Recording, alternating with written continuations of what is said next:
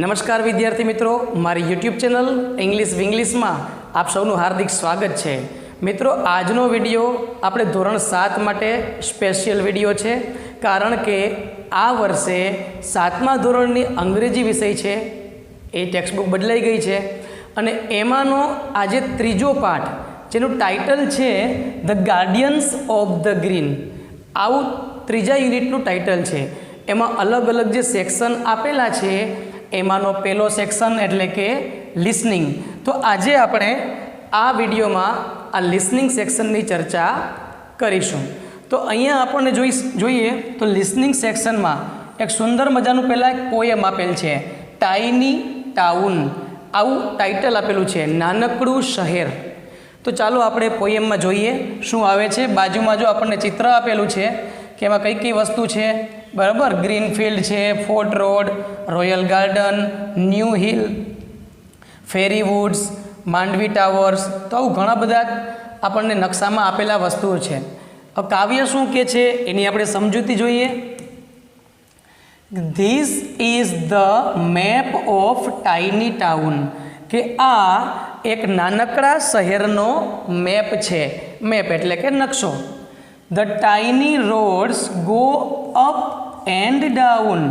નાના નાના રોડ છે એ અપ જાય છે ને ક્યારેક ડાઉન આવે છે, બરાબર. Some go right and some go left. કેટલાક રસ્તાઓ છે એ જમણી બાજુ જાય છે, જ્યારે કેટલાક રસ્તાઓ ડાબી બાજુએ જાય છે. ઉપર જાય છે તો ક્યારેક નીચે જાય છે. The arrows point to east and west. અહીંયા જો એરોઝ આપેલા છે, બરાબર, એ કઈ દિશા બતાવે છે? ઈસ્ટ અને વેસ્ટ દિશા બતાવે છે. અહીંયા ઉપર આપણને નોર્થ દિશાનો ઉલ્લેખ કરેલો છે. બિલ્ડિંગ્સ, બ્રિજીસ એટલે કે મકાનો, પુલો, a market and a mill, gardens, fields, a school and a hill. આ બધી વસ્તુઓ તમે જોશો ને તો તમને અહીંયા નકશામાં જોવા મળે છે, બરાબર. કવિ શું કહે છે આગળ એ પણ જોઈએ આપણે. વેર વુડ યુ સ્ટાર્ટ, તમે ક્યાંથી શરૂઆત કરશો? હાઉ વિલ યુ ગો, તમે કેવી રીતે જશો? If you choose the places, કે જો તમે કોઈ સ્થળ નક્કી કરો, ધ મેપ વિલ શો, તો મેપ તમને બતાવશે કે તમારે કઈ બાજુથી જવાનું છે, કેવી રીતે જવાનું છે. આ નકશાનો ફાયદો છે. જેમ કે તમે અહીંયા ઊભા હોય અને તમે એમ કહો છો કે મારે ન્યૂ હિલ જવું છે, તો મેપ તમને કહેશે કે પહેલાં સ્ટ્રેટ જાઓ, ત્યાંથી રાઈટ ટર્ન મારો તો ન્યૂ હિલ આવી જાય. તો કવિ આ નાનકડા કાવ્ય દ્વારા આ વસ્તુ આપણને શીખડાવવા માંગે છે. તો મિત્રો, આપણે આ કાવ્યને આધારે અહીંયા આપણને પ્રેક્ટિસ આપેલી છે. તો આપણે એ પ્રેક્ટિસના પ્રશ્નોનું સોલ્યુશન લાવીએ. તો પહેલો પ્રશ્ન છે, what is the map about, કે આ મેપ કેના વિશે છે? તો આપણને જવાબ મળશે ઓપ્શન બી, ટાઉન. બીજો પ્રશ્ન, where will the tiny rods go, tiny rods છે એ ક્યાં જશે? તો જવાબ છે the tiny rods will go up and down and left and right, ઉપર નીચે ડાબે જમણે. Have you ever visited A market with whom, તો કે I have visited market with my parents.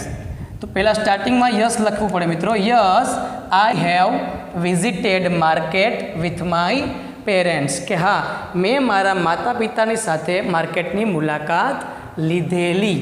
હવે અહીંયા આપણે જો 5 સ્વર આપેલા છે, એ, ઈ, આઈ, ઓ અને યુ. તો આપણે એમાં સ્વર મૂકી અને સ્પેલિંગ કમ્પ્લીટ કરવાનો છે. તો પેલું સ્પેલિંગમાં આપણે ઓ અને એ મૂકી દઈએ તો બની ગયો ને રોડ. બીજો સ્પેલિંગ છે એમાં MARKET, માર્કેટ. પછી SCHOOL એટલે કે સ્કૂલ. ચોથો છે BUILDING એટલે કે બિલ્ડિંગ. તો આપણે આ સ્વર મૂક્યા એટલે સ્પેલિંગ કમ્પ્લીટ થઈ ગયો.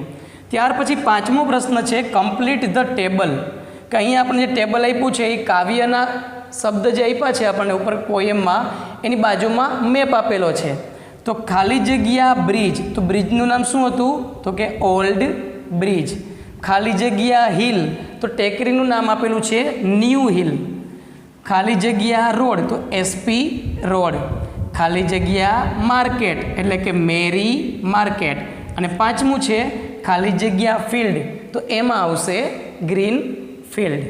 ત્યાર પછીની એક્ટિવિટી છઠ્ઠી છે એ આપણે જોઈએ મિત્રો, રાઇમિંગ વર્ડ્સ છે.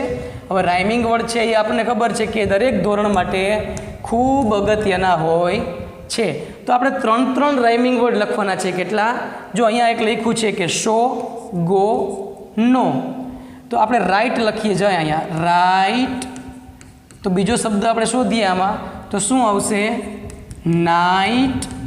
અને હજી એક આપ્યો છે ફાઇટ. Night, right, fight. ચાલો પછી આગળ વધીએ. કમ, ચાલો હું અહીંયા કમ લખી નાખું. તો કમ, પછી આપ્યું છે ગમ, અને છેલ્લે આપ્યું છે સમ. થઈ ગયા ને? ચાલો હજી બાકી છે તો કે મિલ, MILL મિલ, પછી આપ્યું છે હિલ, અને પછી આપ્યું છે વિલ. તો આ બધા હતા રાઇમિંગ વર્ડ્સ. બરાબર. હવે એક સુંદર મજાની સ્ટોરી આપણે બધાએ સમજવાની છે, જેનું ટાઇટલ છે રિયલ હેપીનેસ. હેપીનેસ એટલે શું મિત્રો ખબર છે તમને? હેપીનેસનો અર્થ થાય આનંદ, ખુશી, સાચો આનંદ, સાચી ખુશી. તો આ સ્ટોરી સમજીએ એટલે ખ્યાલ આવી જશે કે સાચો આનંદ ક્યાં રહેલો છે. ચાલો તો આપણે સ્ટોરી તરફ જોજો ખાસ. ઓકે, હવે અહીંયા આપ્યું છે કે ધીરેન્દ્રભાઈ, એક વ્યક્તિનું નામ છે. શું નામ છે? ધીરેન્દ્રભાઈ વોઝ વેરી રીચ, કે ધીરેન્દ્રભાઈ છે એ કેવા હતા? ખૂબ જ પૈસાદાર હતા. He lived in a big city, તે મોટા શહેરમાં રહેતા હતા. હી હેડ અ હ્યુજ હાઉસ, તેની પાસે એક વિશાળ મકાન હતું. અ સ્વિમિંગ પુલ, એમાંય પાછો સુંદર મજાનો સ્વિમિંગ પુલ હતો. એ કુક, રસોઈ બનાવવા માટે રસોઈયો હતો. અ ગાર્ડનર, ગાર્ડનર એટલે જે વ્યક્તિ બગીચાનું ધ્યાન રાખે એને કહેવાય ગાર્ડનર, એટલે કે માળી. એન્ડ મેની સર્વન્ટ્સ, અને કેટલા બધા તો નોકર હતા. એટલે કે ફેમિલી છે એ ખૂબ જ પૈસાદાર હતું. હી કેપ્ટ અ ફોરેન ડોગ, એણે પોતાની પાસે એક વિદેશી કૂતરો રાખ્યો હતો. ફોર હિઝ ઓનલી સન રવિશ, એના એકમાત્ર દીકરા રવિશ માટે એ વિદેશથી કૂતરો મગાવ્યો હતો. Dhirendrabhai always felt that, Dhirendrabhai હંમેશા એવું અનુભવતા કે હિઝ સન, તેનો પુત્ર must be made aware of rural life. Rural life એટલે શું ખબર છે? તો કે ગ્રામ્ય જીવન. એને એવો અનુભવ થતો, એવું ફીલ થતું કે તેના પુત્રને ગ્રામ્ય જીવનનો અનુભવ થવો જોઈએ, એ ગ્રામ્ય જીવનથી જાગૃત હોવો જોઈએ. બરાબર, આવું ઈચ્છતા હતા. હી થોટ, તેણે વિચાર્યું, if I send him to live in A villagers house, કે હું તેને મારા ગામડાનું જે ઘર છે ત્યાં એને મોકલી દઉં. ફોર એ વીક, કેટલા સમય માટે? એક અઠવાડિયા માટે. He will stay in A villagers home, બરાબર, તે ગામડાના મકાનમાં રહેશે. ઓનલી ધેન, ત્યાર પછી જ હી એક્સપિરિયન્સીસ, તેને અનુભવ થશે. ધેયર હાર્ડશીપ, કે ત્યાં કેટલી મુશ્કેલી છે એનો અનુભવ ક્યારે થશે એને? જો એક ગામડાના મકાનમાં રહેશે ત્યારે. He will also understand the value of money, અને તે પૈસાની કિંમત પણ જાણશે કે પૈસો કઈ રીતે કમાવામાં આવે છે. બરાબર. Dhirendrabhai dropped his son off at Uttambhai's house in Sukhpur. હવે ધીરેન્દ્રભાઈ તેના પુત્રને ઉત્તમભાઈની ઘરે સુખપુર નામના ગામમાં છોડી દે છે. The village was on the edge of the forest. Edge એટલે શું થાય ખબર છે? એજનો અર્થ થાય કિનારી. આ ગામ છે એ જંગલમાં કિનારા ઉપર હતું, એટલે કે અહીંયા જંગલ આવી ગયું હતું. On the bank of a river, અને નદીના કિનારે આ ગામ વસેલું હતું. There were no means of communication, કોમ્યુનિકેશનનો અર્થ થાય વાતચીત. ત્યાં વાતચીત કરવા માટે કોઈ સાધન હતું નહીં, એટલે કે કોઈને કોલ કરવો હોય, ફોન કરવો હોય તો કોઈ વસ્તુ ત્યાં અવેલેબલ નથી. ચાલો હવે જોઈએ છીએ, આગળ વધીએ. અ વીક લેટર, એક અઠવાડિયા પછી, he went to pick up his son and ask, આજે વ્યક્તિ હતા ધીરેન્દ્રભાઈ તેના દીકરાને તેડવા માટે પાછા આવ્યા અને પૂછ્યું, ટેલ મી, તું મને કે સન બેટા, ડીડ યુ ગેટ વેલ, તું સારો તો છો ને, તને મજા છે ને, આવો પ્રશ્ન કર્યો. રવીશ સેડ, તો રવીશે જવાબ આપ્યો, ડેડ પિતાજી, there is a world of difference between our way of life and the way this people live. જો શું કીધું બાળકે, કે there is a world of difference, કે ખૂબ જ મોટો તફાવત છે. કોની વચ્ચે? તો કે between our way of life, કે આપણે જે જીવન જીવીએ છીએ એ, and the way this people live, અને આ લોકો જે જીવન જીવે છે આ બંનેની વચ્ચે આસમાન જમીનનો તફાવત છે. We have a small swimming pool, કે આપણી પાસે તો નાનકડો સ્વિમિંગ પુલ છે એટ હોમ, ઘરે, and it has medicated water in it, અને આપણા સ્વિમિંગ પુલમાં તો મેડિકેટેડ વોટર હોય છે, એટલે કે એમાં દવા નાખવામાં આવે છે. સ્વિમિંગ પુલમાં પાણી ચોખ્ખું રાખવા માટે શું કરે છે, એમાં દવા નાખવામાં આવે છે, એટલે કે દવાવાળું પાણી એની અંદર હોય છે. My eyes always burn in it, અને એમાં નાહવાથી મારી આંખો છે એ બળે છે. બર્ન એટલે બળવું. ઇન ધીસ વિલેજ, આ ગામમાં, a river flows behind the hut, ઝૂંપડીની પાછળ નદી વહે છે. આઈ એન્જોય બાથિંગ હિયર, હું અહીંયા નાહવાનો આનંદ કરું છું. એટ અવર હોમ, આપણી ઘરે, અહીંયા અલ્પવિરામ આવે મિત્રો. I have only one dog, આપણી ઘરે તો માત્ર એક જ કૂતરો છે. બટ, પરંતુ, here 4 dogs have become my friends, અહીંયા તો 4 કૂતરા એ કે મારા મિત્ર બની ગયા છે. ઇન એડિશન ટુ ધેટ, વધુમાં 2 પેરોટ્સ, 2 પોપટ, અ ક્રો, એક કાગડો, અ કેટ, એક બિલાડી, એન્ડ એ રેબિટ, અને એક સસલું, આ બધા પણ મારા મિત્ર બની ગયા છે. એટ અવર હોમ, આપણી ઘરે, we have to close the windows every day, આપણે દરરોજ બારી બંધ કરી દેવી પડે. એન્ડ રન એસી, અને આપણે એસી ચાલુ કરીએ છીએ, બરાબર, ઠંડક માટે બારી બંધ કરી દેવી પડે. But here I use to sleep in open, પણ અહીંયા તો એ કે હું ખુલ્લામાં સૂવું છું.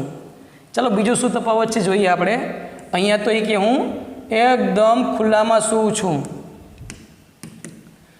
Wow, the cold wind and the starry blankets, ઠંડો પવન હોય છે અને સ્ટેરી બ્લેન્કેટ, સ્ટેરી એટલે કે સ્ટારવાળો, ઉપર આકાશમાં તારાઓ છે એ બ્લેન્કેટ બનીને મને ઓઢી જાય છે. એટ અવર હોમ, આપણી ઘરે, we have to put the food prepared by the cook in the fridge, આપણી ઘરે તો રસોઈયા દ્વારા રાંધેલો ખોરાક ફ્રીજમાં મૂકવામાં આવે છે. બટ હિયર, પણ અહીંયા, I eat hot food twice a day, અહીંયા તો હું ગરમા ગરમ ખોરાક દિવસમાં 2 વખત ખાઉં છું. સો ફ્રેશ, કેટલો તાજો હોય છે. Here I got fresh milk to drink every day, અહીંયા તો દરરોજ પીવા માટે શુદ્ધ અને ચોખ્ખું દૂધ મળે છે. લુક, જુઓ, how red I have become in a week, કે એક અઠવાડિયામાં તો હું કેટલો બધો લાલ થઈ ગયો. રિયલી ડેડ, ખરેખર પિતાજી. યુ ડીડ વેલ, તમે આ સારું કર્યું. ધેટ, કે યુ સેન્ટ મી હિયર, તમે મને અહીંયા મોકલો એ ખૂબ સારું કર્યું. અધરવાઇઝ, એટલે કે નહીંતર, I would never understand the real and happy life, નહીંતર મને આ સાચી અને આ આનંદભર્યું જીવન ક્યારેય સમજાત નહીં. નાવ આઈ નો ધેટ, હવે હું જાણું છું કે વી આર રિયલી પુઅર, આપણે તો ખરેખર ગરીબ છીએ. Real happiness comes from within, કે સાચો આનંદ તો છે ને એ આપણી અંદરથી આવે છે, એને બહારથી ખરીદી શકાતો નથી. એવું કોઈ જરૂર નથી કે એસીમાં સૂતા હોય એ બધા સુખી હોય છે. માત્ર એક સામાન્ય ખાટલો હોય અને એને બગીચામાં અથવા તો ખુલ્લા પટમાં રાત્રે સૂતા હોય ને એ આપણા કરતાં વધારે આનંદિત હોય છે. એટલે સાચો આનંદ છે ને એ આપણી અંદર છે, એ બહારથી ક્યાંય લઈ શકાતો નથી. તો આ સુંદર મજાની સ્ટોરી આપણને ઘણું બધું કહી જાય છે. તો હવે મિત્રો આપણે આ સ્ટોરીને આધારે એના પ્રેક્ટિસના પ્રશ્ન લખવાના છે. તો એમાં પહેલો પ્રશ્ન છે, વેર ડીડ ધીરેન્દ્રભાઈ લીવ? તો એનો જવાબ છે, Dhirendrabhai lived in a big city. બીજો પ્રશ્ન છે, what did Ravish see in Sukhpur? કે રવીશે સુખપુરમાં શું જોયું? તો કે Ravish saw big river, dogs, parrots, crow, cat and a rabbit. ત્રીજો પ્રશ્ન છે, વોઝ ઉત્તમભાઈ પુઅર વાય? કે શું ઉત્તમભાઈ ગરીબ હતા? શા માટે? તો કે નો, ઉત્તમભાઈ ઇઝ નોટ. અહીંયા આપણે મિત્રો વોઝ લખવું પડશે, WAS. વોઝ નોટ પુઅર, એ ગરીબ ન હતા. બીકોઝ, કારણ કે he lived very happy and healthy life. કારણ કે એકદમ એ હેપી એટલે ખુશ જીવન જીવતા અને તંદુરસ્ત જીવન જીવતા. ચોથો પ્રશ્ન છે, real happiness comes only from A grand house and A big car? કે મોટું ઘર અને મોટી કાર હોય તો જ સાચો આનંદ મળે. આ ટ્રુ છે કે ફોલ્સ? તો આપણો જવાબ છે ફોલ્સ. તો આ હતા પ્રશ્નના જવાબ. ત્યાર પછી મિત્રો આપણે કોષ્ટકની ચર્ચા કરીએ કે કોષ્ટકમાં શું આવે. તો સિમિલર વર્ડ આપણે શોધવાના છે. તો પહેલું આપ્યું છે હાર્ડશીપ. હાર્ડશીપ એટલે મુશ્કેલી, તો પહેલામાં આવશે ઓપ્શન ડી. બીજું આપ્યું છે આપણને વેલ્યુ. વેલ્યુ એટલે કિંમત, એટલે ઓપ્શન એ આવશે વર્થ. હેપીનેસ એટલે કે આનંદ, તો એમાં આવશે ઓપ્શન ઈ ફિલિંગ જોય. ચોથું છે હ્યુજ. હ્યુજ એટલે વિશાળ, તો એમાં ઓપ્શન બી આવશે વેરી બિગ. અને પાંચમું છે રીચ એટલે કે having a lot of money and prosperity એટલે સમૃદ્ધ વ્યક્તિ, એમાં આવશે ઓપ્શન સી. તો આ હતી પ્રેક્ટિસના પ્રશ્નો. ત્યાર પછી આપણે આગળ વધીએ.